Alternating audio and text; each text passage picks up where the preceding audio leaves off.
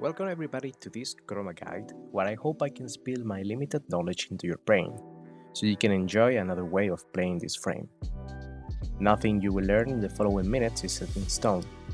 Warframe has too many variables for that. Keep in mind that the builds I'll be showing you require a huge investment, and that you've unlocked enough content. You will now see the table of contents for the video on the screen.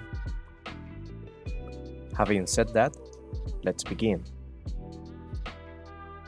Chroma is a solid, naturally tanky frame that can endure fights through shield generation, shield gating, health tanking, or simply by existing. He can also get a really high damage increase just by taking damage. Switch from 4 different buffs mid-fight, reduce the damage his squad receives, and get extra credits?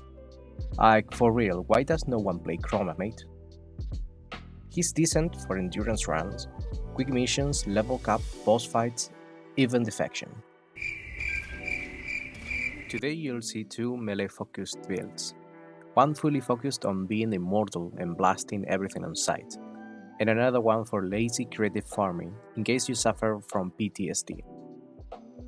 Even if you're not into melee gameplay, the first one can and will also work with primaries or secondaries, although some parts of the build might need a few tweaks. Chroma's passive is pure dogshit.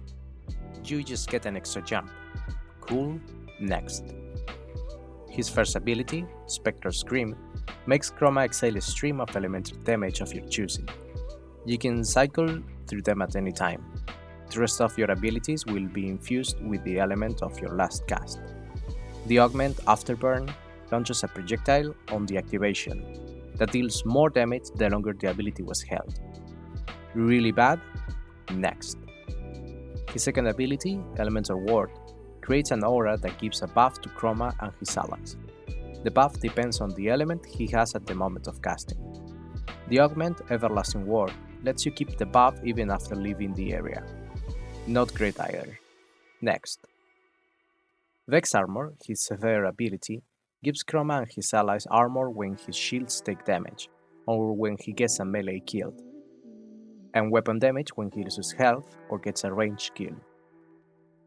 The effects can stack really high, and the augment Garden Armor reduces the damage his squad mates receive by 75%, while restoring Chroma's health and increasing Vex Armor duration on squad kills. This augment is best in slot, a must, non-negotiable. The other augment, Vex in Retaliation, is a meme and we don't talk about it. Finally, Effigy is Chroma's fourth ability. He sheds his skin and summons a floating, immobile dragon that continuously attacks nearby enemies. Chroma's sudden weight loss improves his movement speed but heavily reduces his armor. The augment Guided Effigy lets you move the dragon to your aim point, damaging anything in its path, another humongous piece of crap. However, enemies killed in its area have an increased chance to drop credits, and all credits picked up near the sentry are doubled. In short, a mix of terrible and godlike abilities and augments, where the latter definitely outweigh the former. Please note that I'm intentionally skipping many technical details about the abilities. If you want a full overview, check the Warframe wiki page. With that out of the way, let's check the builds. Our build número 1 is a the meta plus Archon Shards Coda Hirudo Winds of Purity health stacking persistence build. Explosive Fist that give me more HP for short. Archon Shards are 3 Tallforge Orange for extra health on blast skills and 2 Tallforge Blue for extra armor, but honestly you can run pretty much anything there and still be fine. As usual, use what you have and what you prefer. For Helminth, I'd go Nourish to forget about energy economy and enjoy free viral damage and status. But I've seen Wrathful Advance used before and it looks mouth-watering. Both builds use a red energy color, since its effect increases max HP. Still charged for the aura, but growing power is also decent. Primed Sure-Footed because it's the best mod in the game. The rest is a full Umbral set, Strength, Flow, some duration, and Guardian Armor, Blessing and Persistence in the arcane slots. Our Koda Hirudo needs to be built for electricity, plus a 10 mod since we're abusing heavy attacks. Then, Blood Rush and Whipping Wounds, Primed Reach and Pressure Point, 60-60 blast mods, some attack speed, and Kernis Mandible. This last one so we're immune to statuses that could disrupt our arcane persistence after heavy attack kills. Finally, melee influence in the arcane slot to spread electric explosions everywhere. Why Koda Hirudo?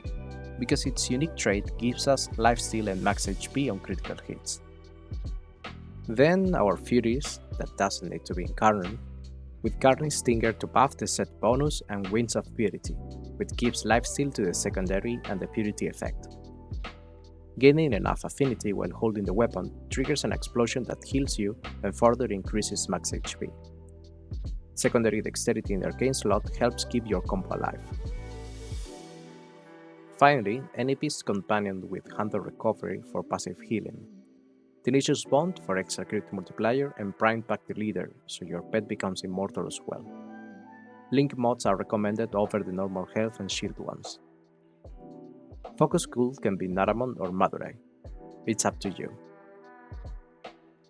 This build revolves around stacking health on top of more health, having absurd armor and damage, and life-stealing back all the HP you lose with a single melee hit.